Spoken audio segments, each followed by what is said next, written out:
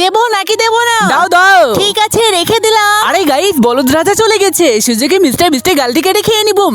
Yummy লাগতেছে। এবার কি করি, দাঁড়াও একটু ক্রিম লাগিয়ে দিই। এই তো ক্রিম লাগিয়ে দিলাম। একটু মশলা দিয়ে একটা সাবস্ক্রাইব অংশ লাগিয়ে দিই। তোমরা একটা সাবস্ক্রাইব করে দাও। এই তো চলে এসেছি, এটা কি দিব?